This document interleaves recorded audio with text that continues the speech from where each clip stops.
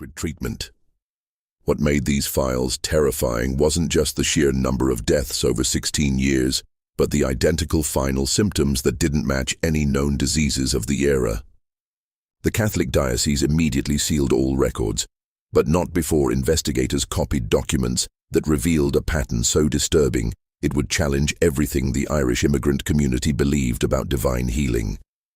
Before we dive deeper into this chilling tale of St. Mercy General Hospital, I need to tell you something.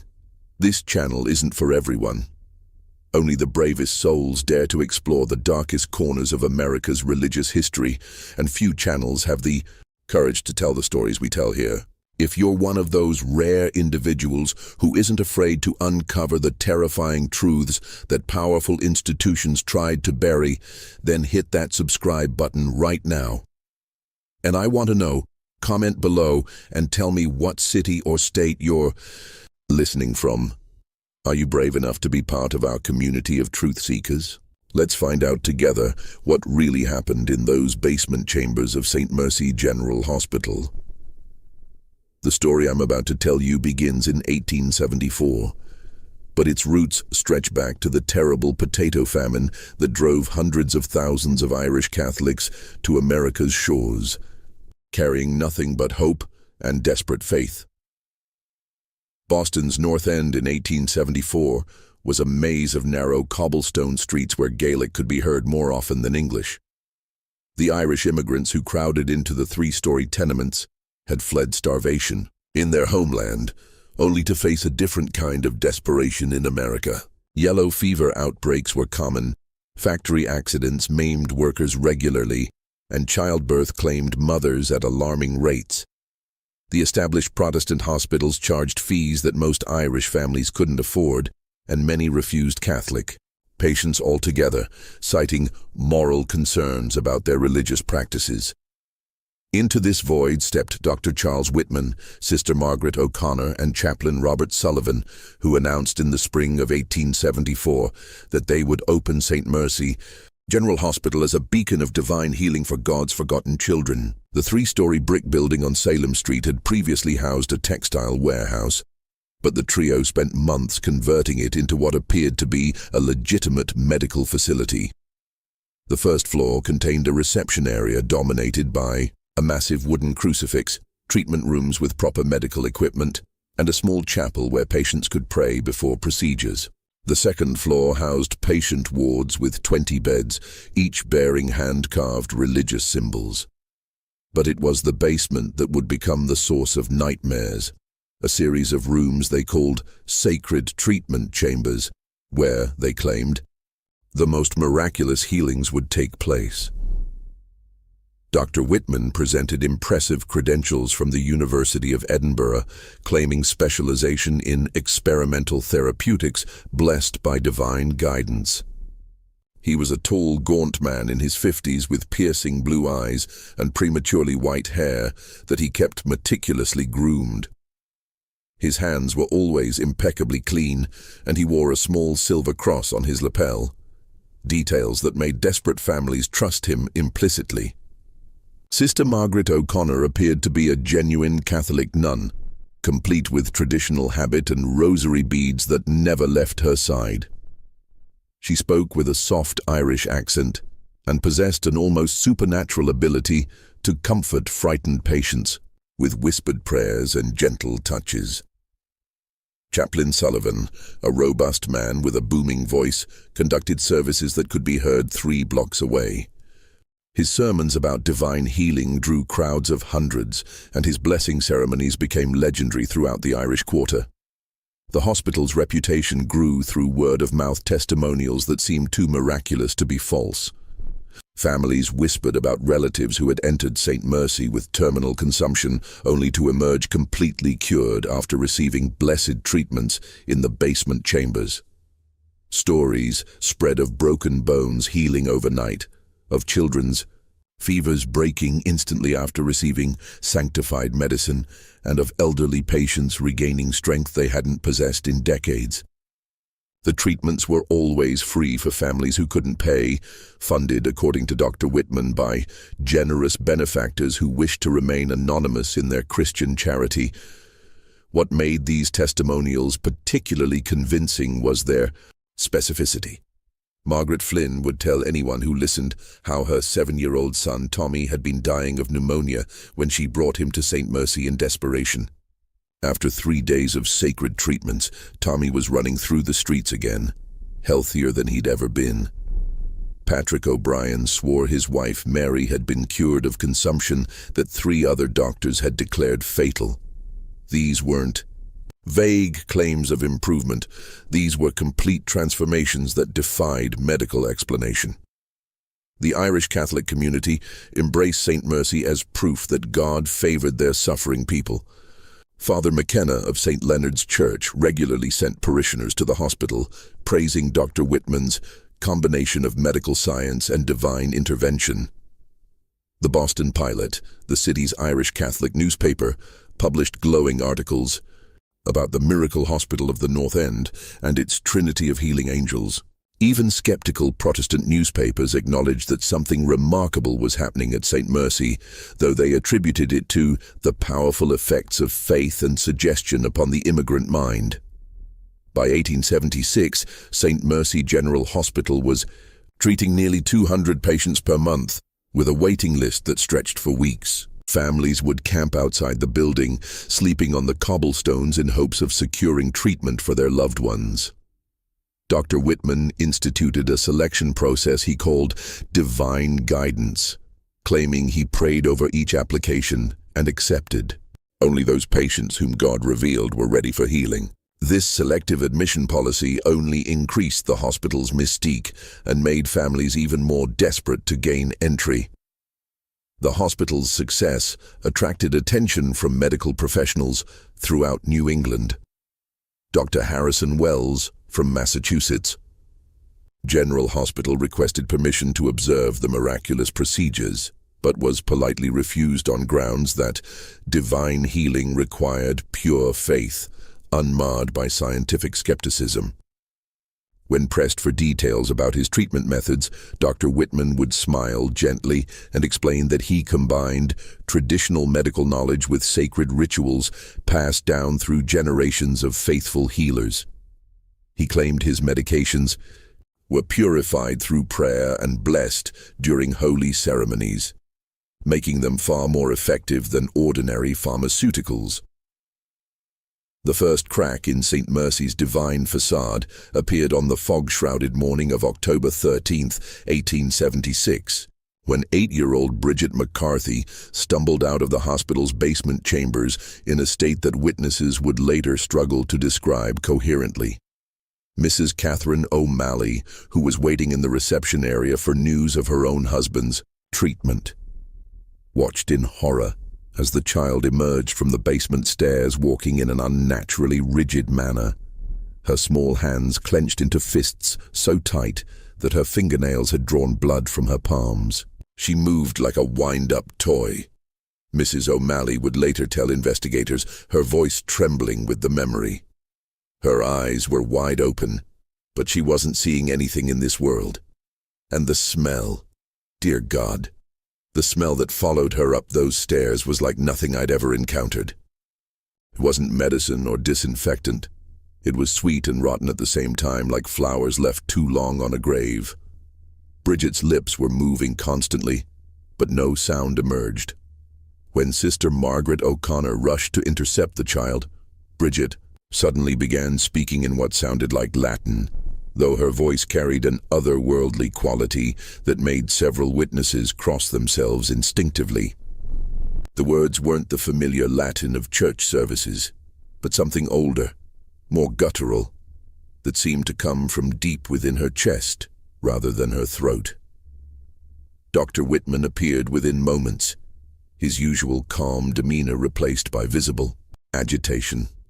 He swept Bridget into his arms and carried her back toward the basement, but not before Mrs. O'Malley noticed something that would haunt her dreams for years to come.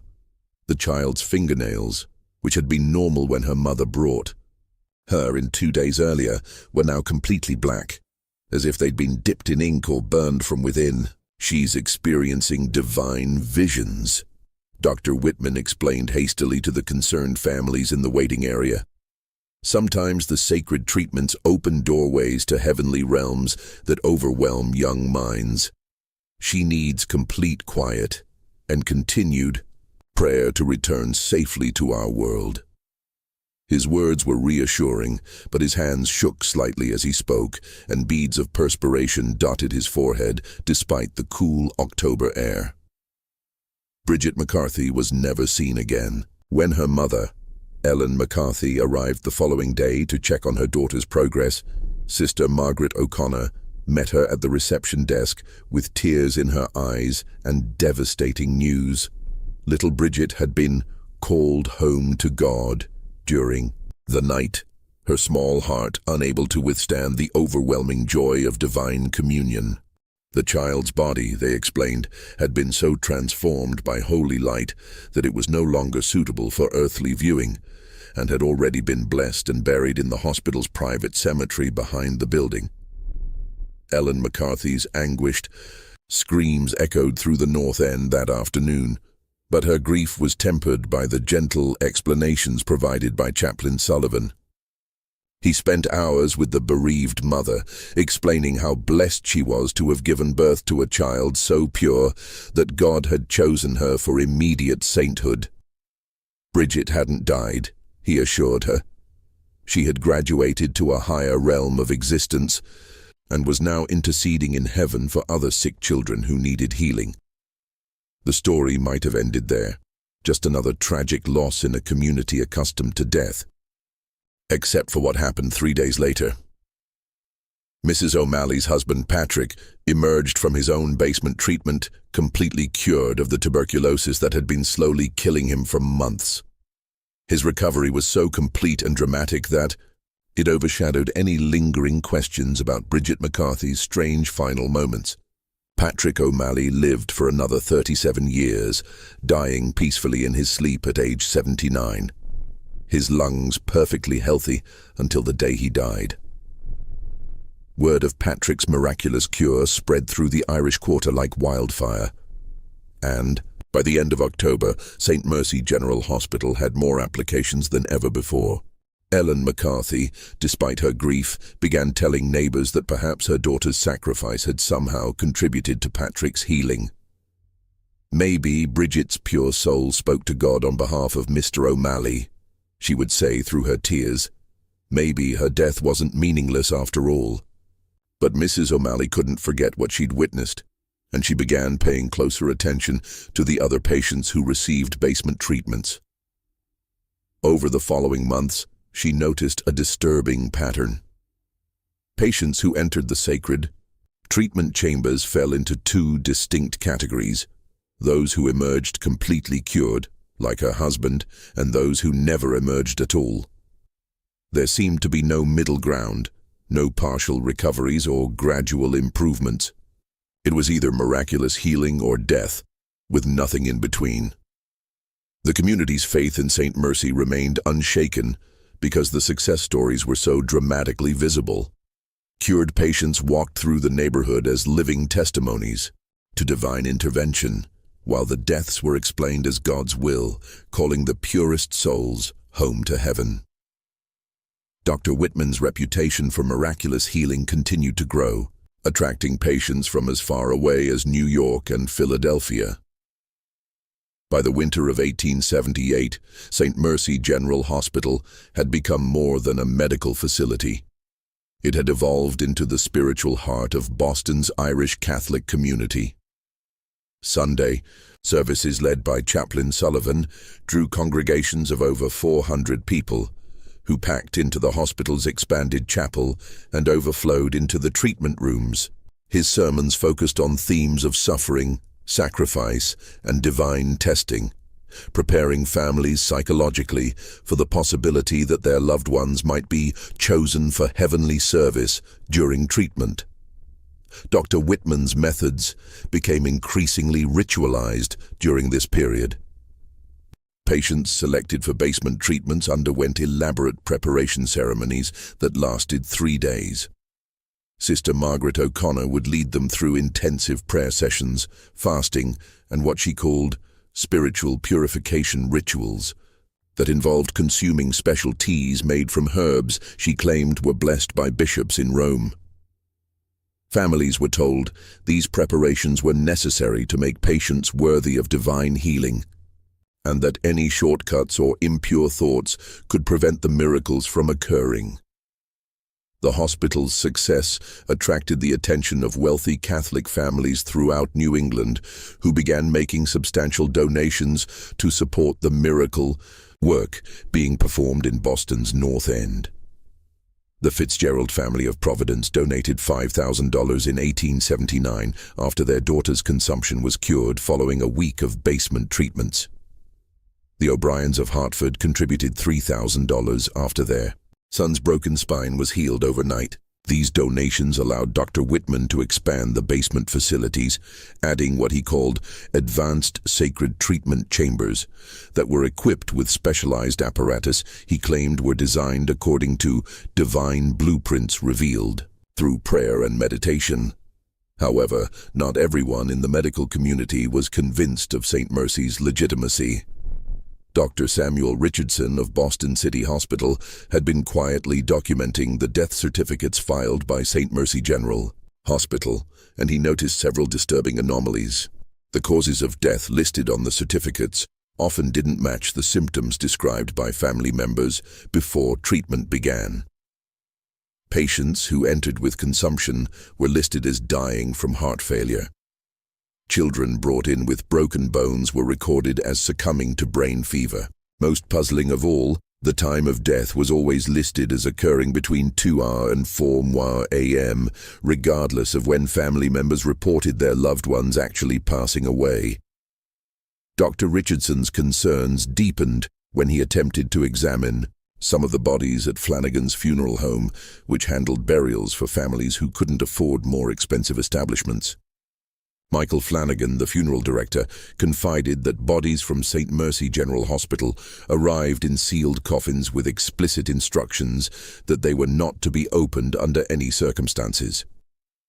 The hospital claims it's for public health reasons, Flanagan explained nervously.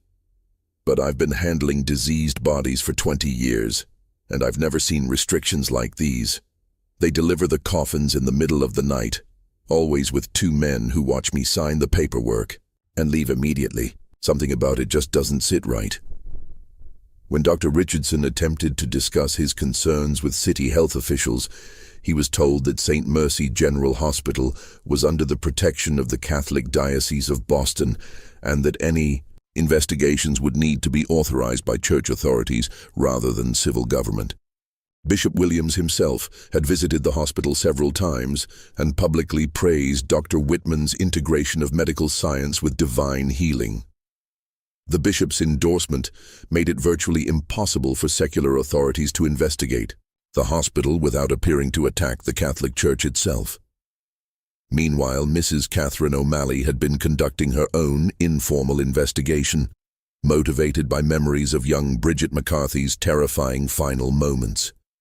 She began visiting families who had lost loved ones at St. Mercy, offering comfort and sympathy while carefully documenting their stories. What she discovered was a pattern of similarity that went far beyond coincidence.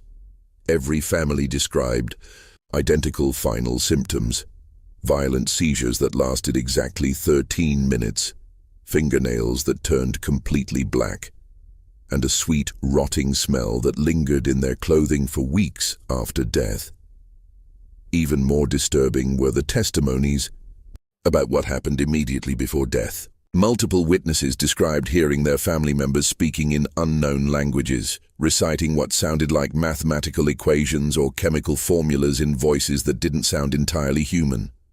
Sarah Murphy swore her dying husband had spent his final hour reciting a list of numbers in perfect sequence, as if he were reading from an invisible document. He kept saying the same numbers over and over, she told Mrs. O'Malley through tears. 73.4, 41.7, 92.1. Then he would pause exactly 30 seconds and start again. His voice got deeper each time, like someone else was speaking through him. Thomas Kelly reported that his daughter had described in precise detail the interior of buildings she had never visited and people she had never met, as if she were observing events happening in distant locations. Little Mary told me about a room with walls covered in bottles filled with colored liquids and men in white coats writing in leather books, he recounted with visible distress. She described exactly how many windows were in a building across town that she'd never seen, and she knew the names of people who worked there. But the strangest part was how she said it, not like a child playing pretend, but like she was reporting what she could see right in front of her eyes. Perhaps most disturbing was the testimony of widow Elizabeth Connolly, whose husband Sean had died after receiving treatment for a broken leg sustained in a dock accident. Sean was never an educated man, she explained to Mrs. O'Malley, wringing her hands nervously. He could barely write his own name. But in his final hours he was speaking perfect Latin, not the Latin from church services, but something else entirely. Father McKenna came to give last rites, and even he didn't recognize the words Sean was saying. The priest told me later that some of it sounded like ancient medical terminology that only university-trained physicians would know. Elizabeth's account became even more chilling as she continued. But what really frightened me was how Sean's personality changed completely. He became cold and calculating, asking me questions about our finances, our family connections, and whether anyone would come looking for him if he disappeared. These weren't the confused ramblings of a dying man. They were the methodical inquiries of someone gathering intelligence. When I asked him why he wanted to know such things, he looked at me with eyes that didn't seem like his anymore and said, "Information has value, Elizabeth. Everything has value if you know the right buyers." Mrs. O'Malley also documented the case of young Timothy O'Brien, aged 12, who had been brought to St. Mercy with severe pneumonia. His mother, Margaret O'Brien, described symptoms that defied medical explanation. Timothy began speaking in what sounded like German or some other foreign language, Margaret reported, her voice barely above a whisper. But he was also drawing pictures, detailed diagrams of mechanical devices and chemical apparatus that no 12-year-old should be able to imagine, let alone draw with such precision. When I asked him where he learned to draw such things, he said the pictures were already in his head, waiting to be drawn.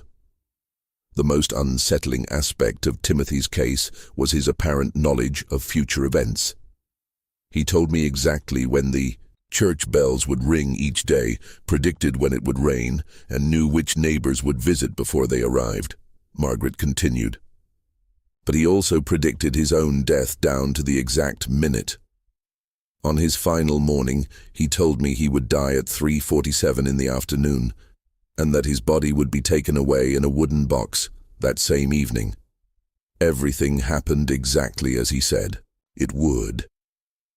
Just when Mrs. O'Malley thought she was uncovering evidence of something sinister, she would encounter one of the miracle patients whose recovery was so complete and dramatic that it challenged her growing suspicions. Her own husband, Patrick, remained perfectly healthy, with lung capacity that surpassed men half his age. Michael Sullivan had recovered from injuries sustained in a construction accident that should have left him permanently paralyzed. Yet he now worked 14-hour days without showing any signs of fatigue. These success stories were impossible to dismiss or explain away, creating a maddening paradox that kept the community's faith intact despite mounting evidence that something was terribly wrong. The winter of 1880 brought an unusually harsh blizzard that trapped Boston under 4 feet of snow for nearly 2 weeks.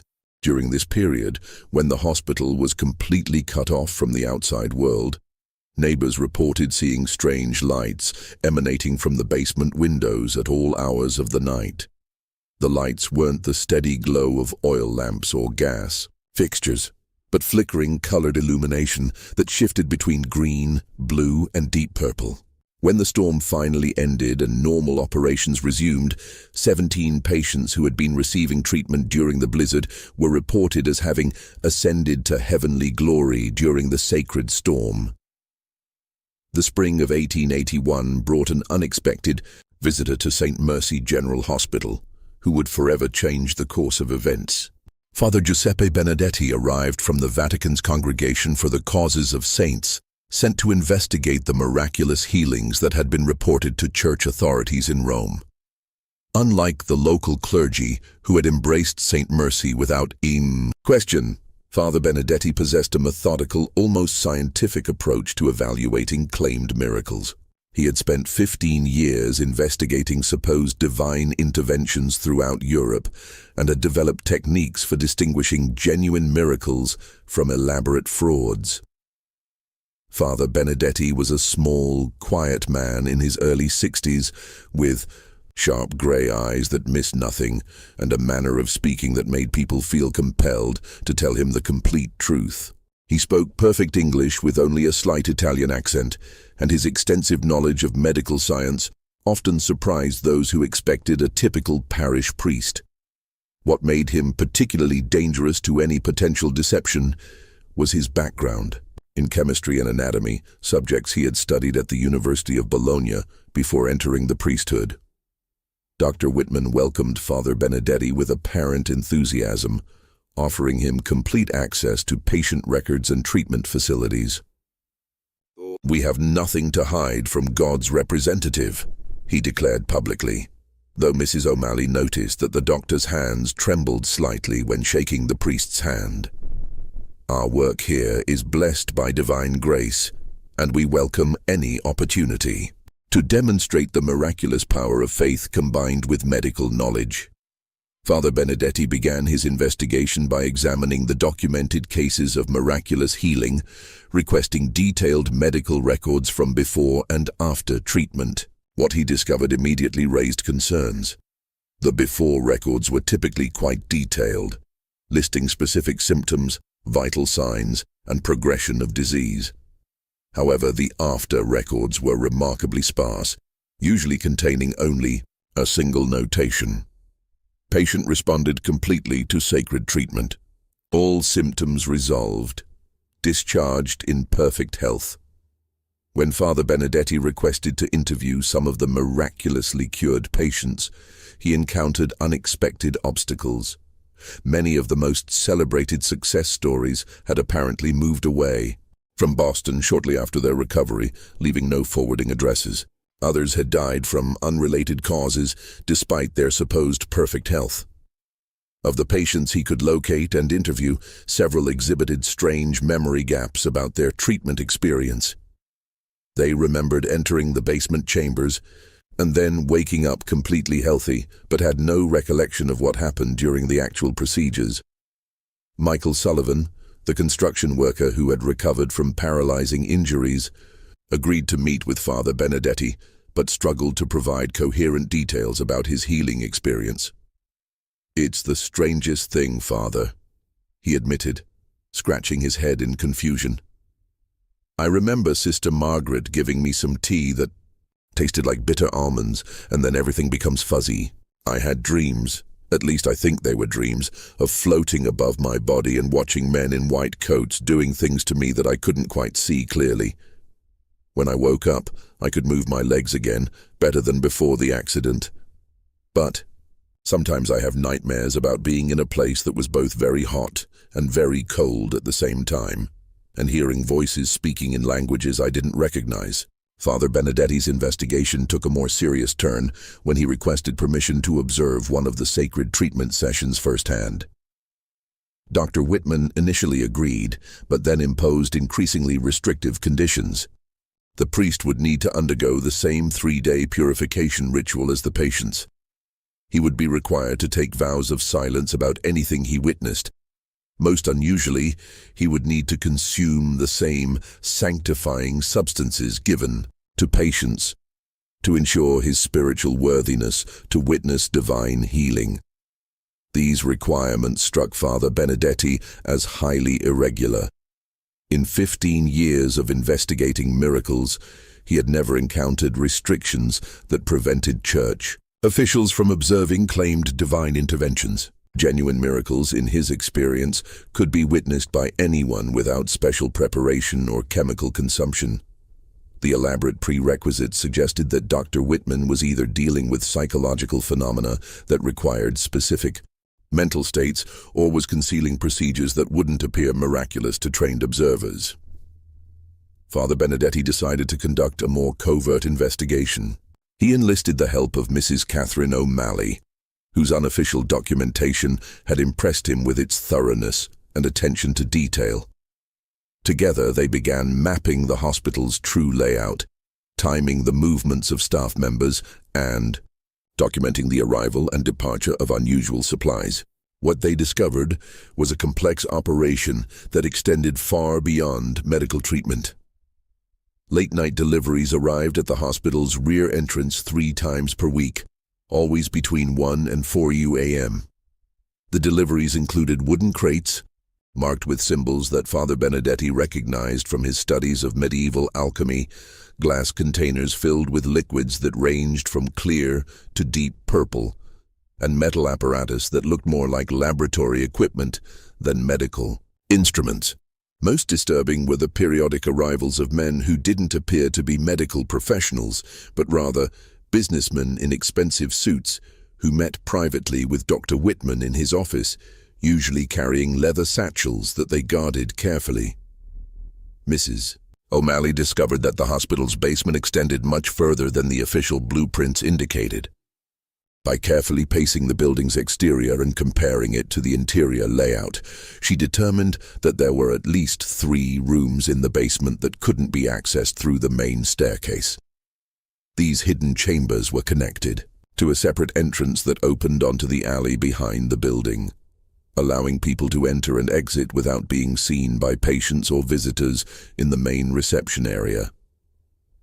The breakthrough in Father Benedetti's investigation came from an unexpected source. In late September 1881, a young Irish woman named Molly Flanagan sought him out after Sunday Mass at St. Leonard's Church. Molly worked as a seamstress in a shop near the hospital and had been observing strange activities for months, but hadn't known whom to trust with her concerns. Her testimony would prove to be the key that unlocked the horrifying truth about St. Mercy General Hospital. "Father, I worked late into the evenings, often until past midnight," Molly explained in hushed tones, constantly glancing around to ensure they weren't overheard. "My shop window faces the back alley behind the hospital, and I've seen things that don't make sense for a place of healing. 3 nights ago, I watched 4 men carry what looked like a body wrapped in canvas from the hospital's rear door to a wagon. But here's what made my blood run cold. The body was moving, not like someone who was alive and struggling, but twitching and jerking like it was being shocked with electricity." Molly's observations became even more disturbing as she continued. "I've seen them burning things in metal barrels behind the building, always in the middle of the night. The smoke that comes from those fires isn't normal. It's thick and green, and it makes a smell that's so awful I have to close my windows even in hot weather. And Father, I swear to you on my mother's grave, I've heard screaming coming from underground. Not the kind of screaming you'd hear from someone in pain, but something else entirely. Something that doesn't sound entirely human." Father Benedetti realized he needed to gather more concrete evidence before making any accusations against such a respected institution. He arranged to spend several nights in Molly's shop, observing the hospital's rear activities through her window. What he witnessed during his surveillance would haunt him for the remainder of his life.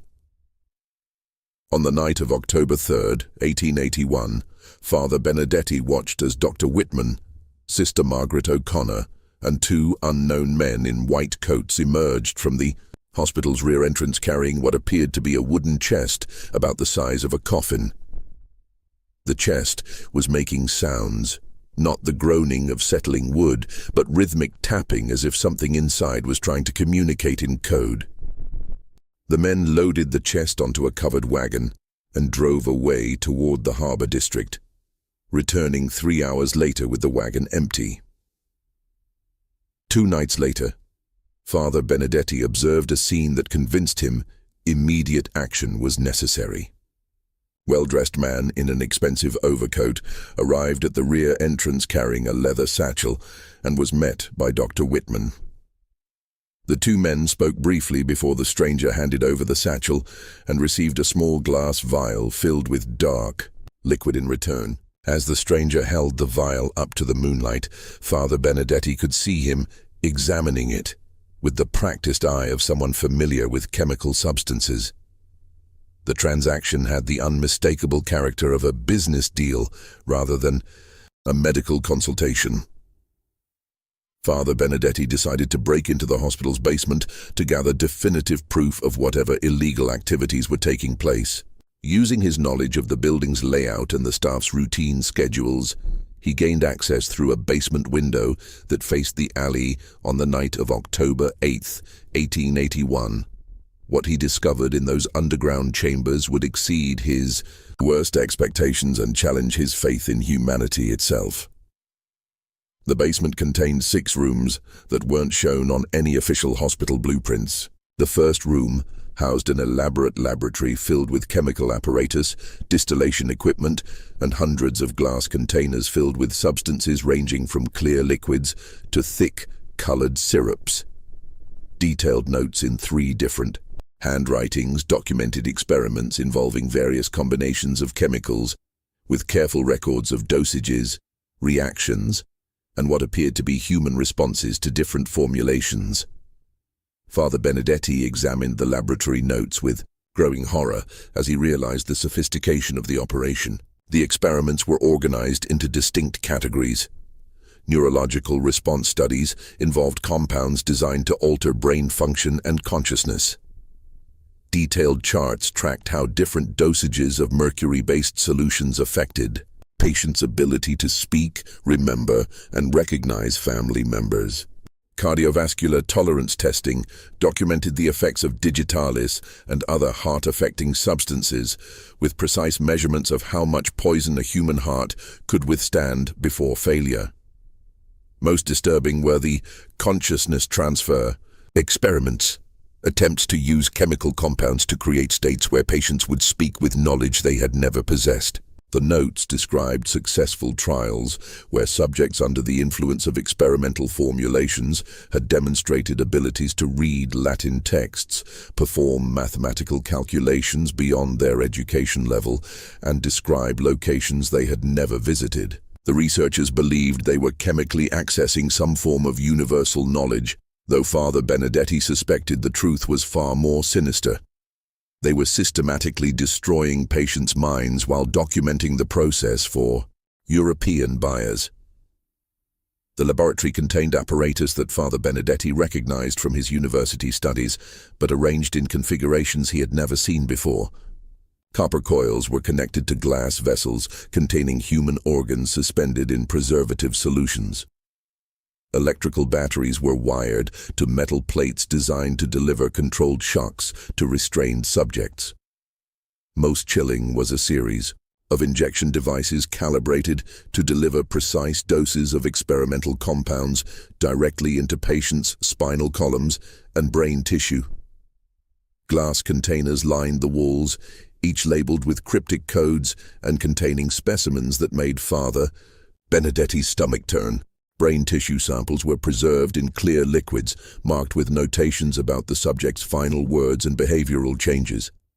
Heart specimens showed evidence of chemical damage, with detailed notes about the progression of organ failure under different toxic exposures. Liver samples demonstrated the effects of prolonged poison exposure, documenting exactly how various compounds accumulated in human tissue over time.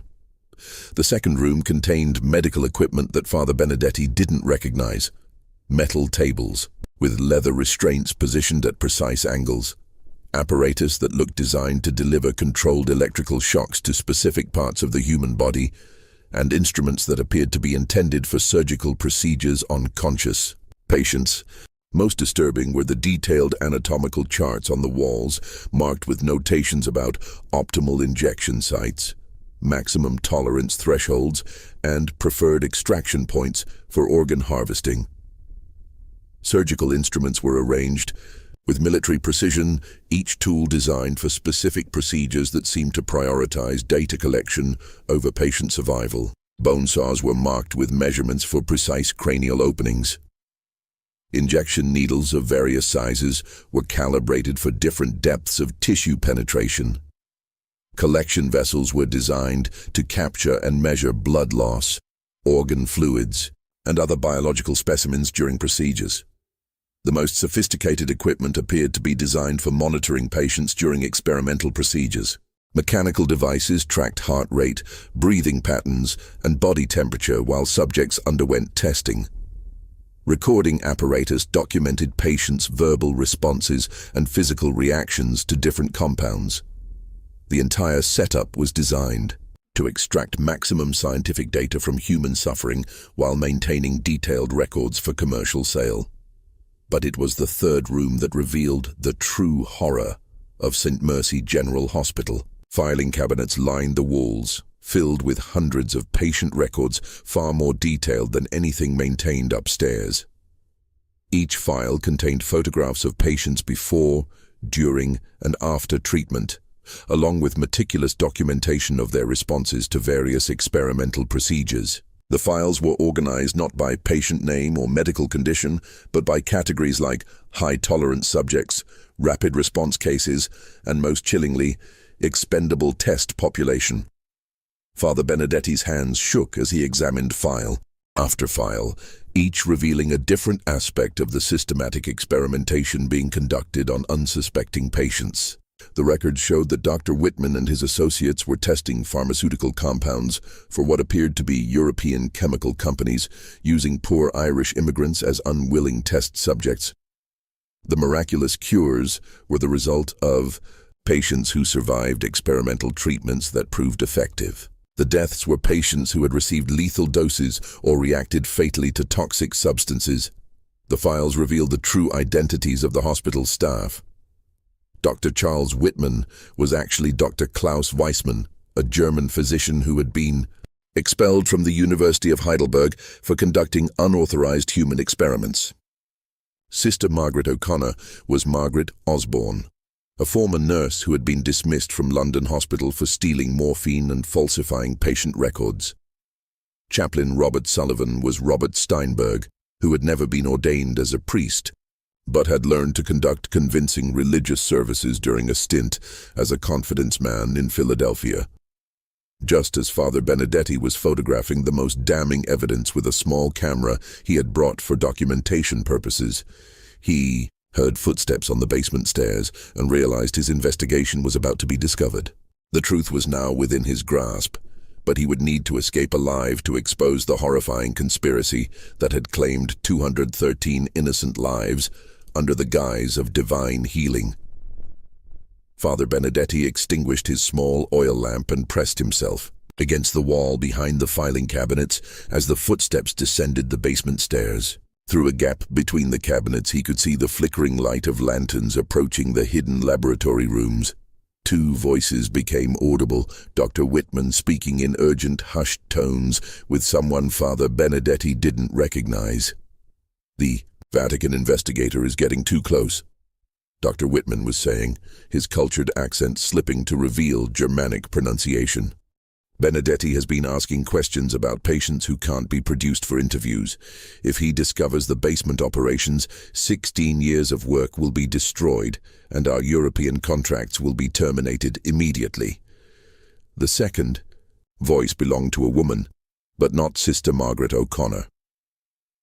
This voice carried a crisp British accent and spoke with the authority of someone accustomed to giving orders. "Dr. Weissmann, your emotional attachment to this charade is becoming a liability. The syndicate has extracted everything of value from this experiment. We have documented results from 213 test subjects, representing pharmaceutical data worth over $400,000 in European markets.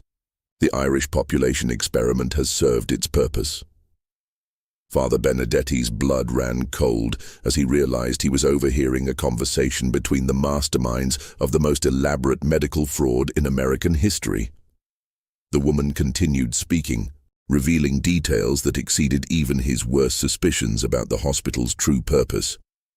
Our buyers in Vienna, Berlin, and London have received complete documentation of tolerance levels, reaction times, and mortality rates for 47 different chemical compounds.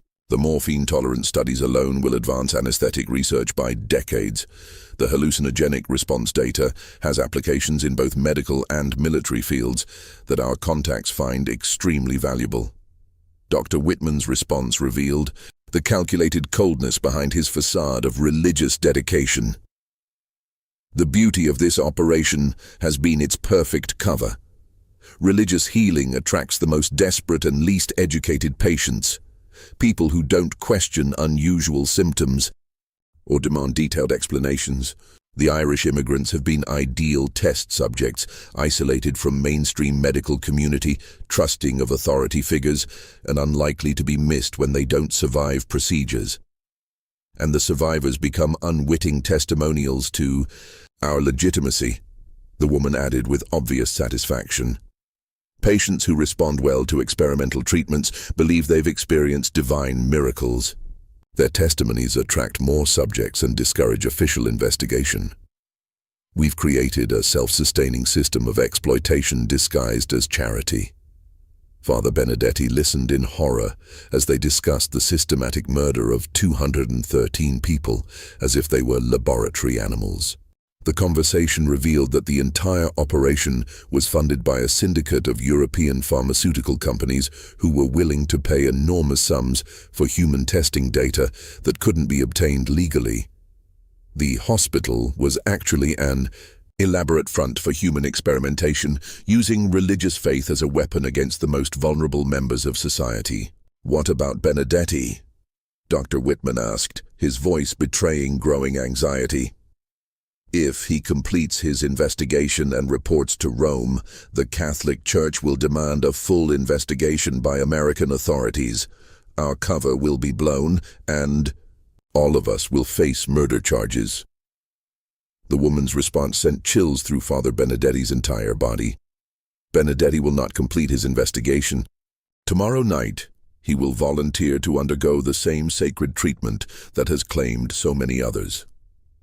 The good father will experience a tragic reaction to our experimental compounds, and his death will be recorded as divine calling during prayer, another martyr to add to St. Mercy's reputation for spiritual transcendence.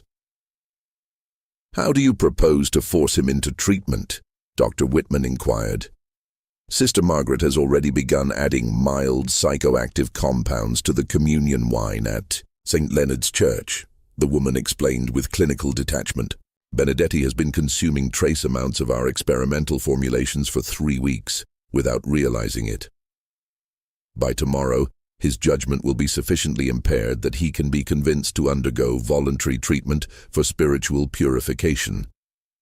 Once he's in the basement chambers, he'll receive the same lethal doses that eliminated the other patients who became too curious about our methods."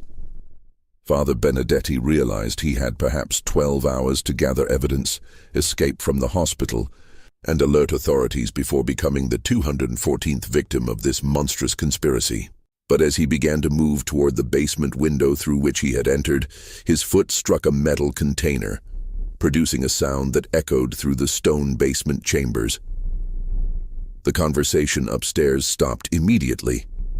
After a moment of terrifying silence, Dr. Whitman's voice called out with deceptive calmness, "Father Benedetti, there's no need to continue hiding. We know you're down there, and we know exactly what you've discovered.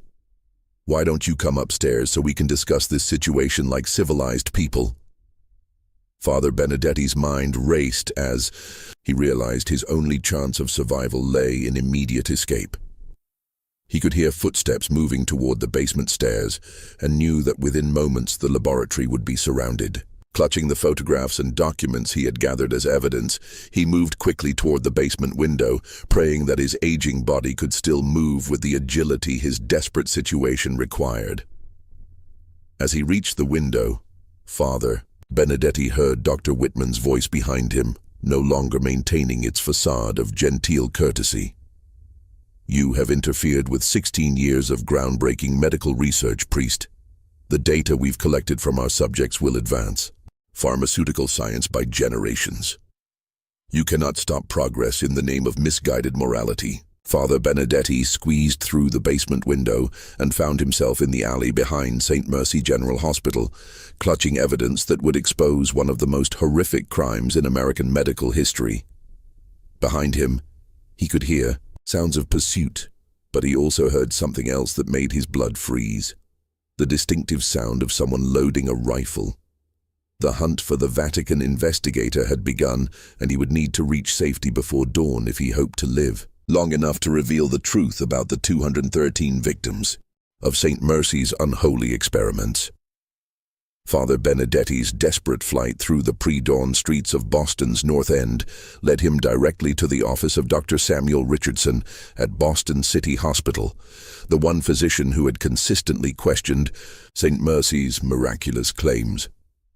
Together, they spent the remaining hours before sunrise examining the photographs and documents that revealed the full scope of the conspiracy. Dr. Richardson's medical expertise allowed him to interpret the experimental data with horrifying clarity. "These aren't random experiments," Dr. Richardson explained as he studied the detailed patient files. "This is systematic pharmaceutical testing on an industrial scale. Look at these dosage progressions. They were deliberately pushing compounds to lethal levels to establish maximum tolerance thresholds. And these chemical formulations, some of these substances weren't even known to exist in American laboratories.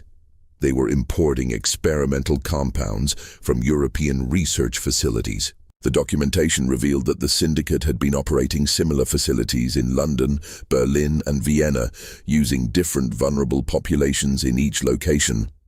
The Boston operation specifically targeted Irish immigrants because their isolation from mainstream American society made them ideal subjects for experimentation.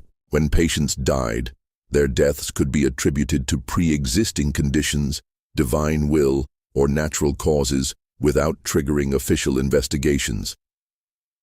Father Benedetti and Dr. Richardson faced a crucial decision about how to expose the conspiracy without allowing the perpetrators to escape justice. A direct approach to city authorities might give Dr. Whitman and his associates time to destroy evidence and flee the country. Instead, they decided to coordinate simultaneous raids on both the hospital and several addresses mentioned in the documents as storage facilities for experimental compounds. At exactly 6 a.m. on October 9, 1881, Father Benedetti presented his evidence to Bishop Williams while Dr. Richardson alerted city police and federal authorities. The timing was critical because the morning shift change at St. Mercy would provide maximum opportunity to apprehend all conspirators before they could coordinate their escape plans. The raid on St. Mercy General Hospital uncovered evidence that exceeded even Father Benedetti's worst expectations. In addition to the basement laboratory, investigators discovered a hidden sub-basement containing preservation tanks filled with human organs, detailed anatomical studies, and correspondence with buyers throughout Europe who were purchasing biological specimens for research purposes. The conspiracy wasn't limited to pharmaceutical testing. They had been harvesting organs from deceased patients and selling them to medical schools and research facilities that didn't ask questions about the source. Dr. Klaus Weissman, the man known as Dr. Charles Whitman, was arrested while attempting to destroy documents in his office. Margaret Osborne, posing as Sister Margaret O'Connor, was captured at the harbor while boarding a ship bound for Liverpool with trunks filled with patient files and chemical samples.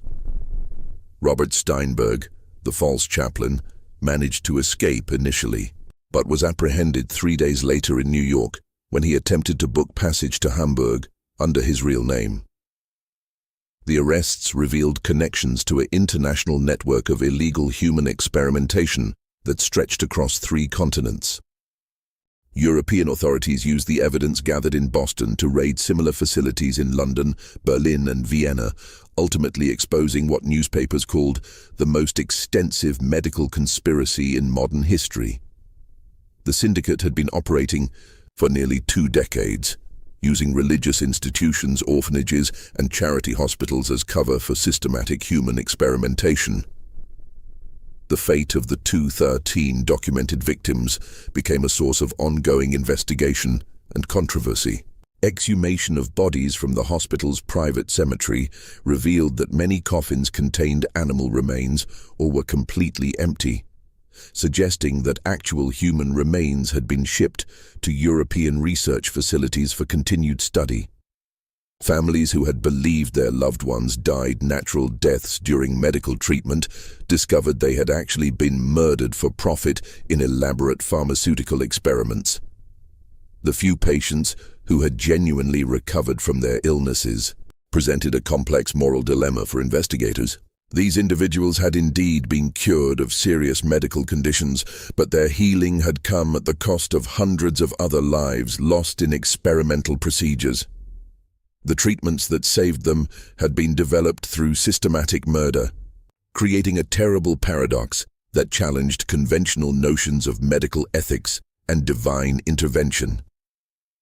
Mrs. Catherine O'Malley's husband, Patrick, whose miraculous recovery from tuberculosis had been one of St. Mercy's most celebrated successes, struggled with the knowledge that his healing might have contributed to the deaths of other patients. "How can I be grateful for my life when it came from such evil?" he asked Father Benedetti during one of their conversations after the conspiracy was exposed. "Was my recovery a blessing from God, or was I just lucky enough to survive something that killed 213 other innocent people?" The international scandal surrounding St. Mercy General Hospital led to significant reforms in medical oversight and religious institutional monitoring.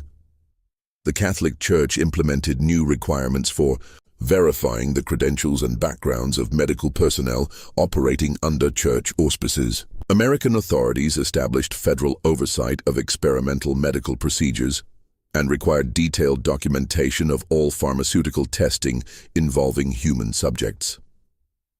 The building that housed St. Mercy General Hospital was demolished in the spring of 1882, but the site remained vacant for over 3 decades because local residents believed it was cursed. Eventually, the lot was purchased by the city and converted into a small park with a memorial plaque honoring the 213 victims of what became known as the St. Mercy Murders. The plaque's inscription reads simply, "In memory of those who sought healing and found death. May their sacrifice teach us to question those who claim divine authority over human suffering." Dr. Klaus Weissmann was sentenced to death and executed in 1883, maintaining until his final moments that his experiments had advanced medical science and saved more lives than they had cost. Margaret Osborne received a life sentence and died in prison in 1901, reportedly spending her final years claiming that she had been genuinely devoted to helping patients and had been deceived about the true nature of the experimental procedures. Robert Steinberg was sentenced to 25 years but served only 12 before dying of consumption in 1893. The same disease he had falsely claimed to cure through divine intervention. Father Giuseppe Benedetti returned to Rome in 1882, where he spent the remainder of his career developing protocols for investigating claimed miracles that would prevent similar frauds from using religious faith as a cover for criminal activity. His detailed reports on the St. Mercy case became required reading for Vatican investigators and established standards for verifying divine healing that remain in use today. The most disturbing legacy of the St. Mercy conspiracy was the discovery that similar operations had been attempted in other American cities, targeting different vulnerable populations with various forms of fraudulent religious healing. The success of the Boston facility had inspired imitators who sought to exploit religious faith for profit, leading to a wave of investigations that revealed the extent to which unscrupulous individuals were willing to manipulate desperate people's belief in divine intervention. In the decades following the exposure of the St. Mercy murders, historians and medical researchers continued to study the case as an example of how institutional authority and religious faith could be weaponized against society's most vulnerable members. The detailed records maintained by the conspirators provided unprecedented insight into both the methods used to exploit religious communities and the psychological techniques employed to maintain victims' cooperation even when they were being systematically murdered. The story of St. Mercy General Hospital serves as a chilling reminder that evil often wears the mask of charity, and that those who claim to speak for God must be held to the highest standards of accountability and transparency. The 213 victims of this conspiracy died believing they were receiving divine healing, when in reality they were being sacrificed on the altar of scientific ambition and corporate greed. Their deaths challenge us to remain vigilant against those who would exploit our faith, our desperation, and our trust in the pursuit of power and profit. If you've stayed with this dark tale until the end, you're clearly not like most people. You have the courage to confront the uncomfortable truths that others prefer to ignore. The story of St. Mercy General Hospital reminds us that monsters don't always look like monsters. Sometimes they wear white coats and religious habits, and they speak of healing while they destroy. What do you think about this horrifying chapter in American medical history? Do you believe that such systematic evil could be hidden behind religious authority for 16 years without anyone else knowing the truth? Share your thoughts in the comments below. And if this story has given you chills, share it with someone else who appreciates dark mysteries. Hit that like button to support our research into these buried secrets, and subscribe to join our community of truth seekers who aren't afraid to explore the shadows of history. Until next time, remember that the most terrifying monsters are often those who convince us they're our saviors.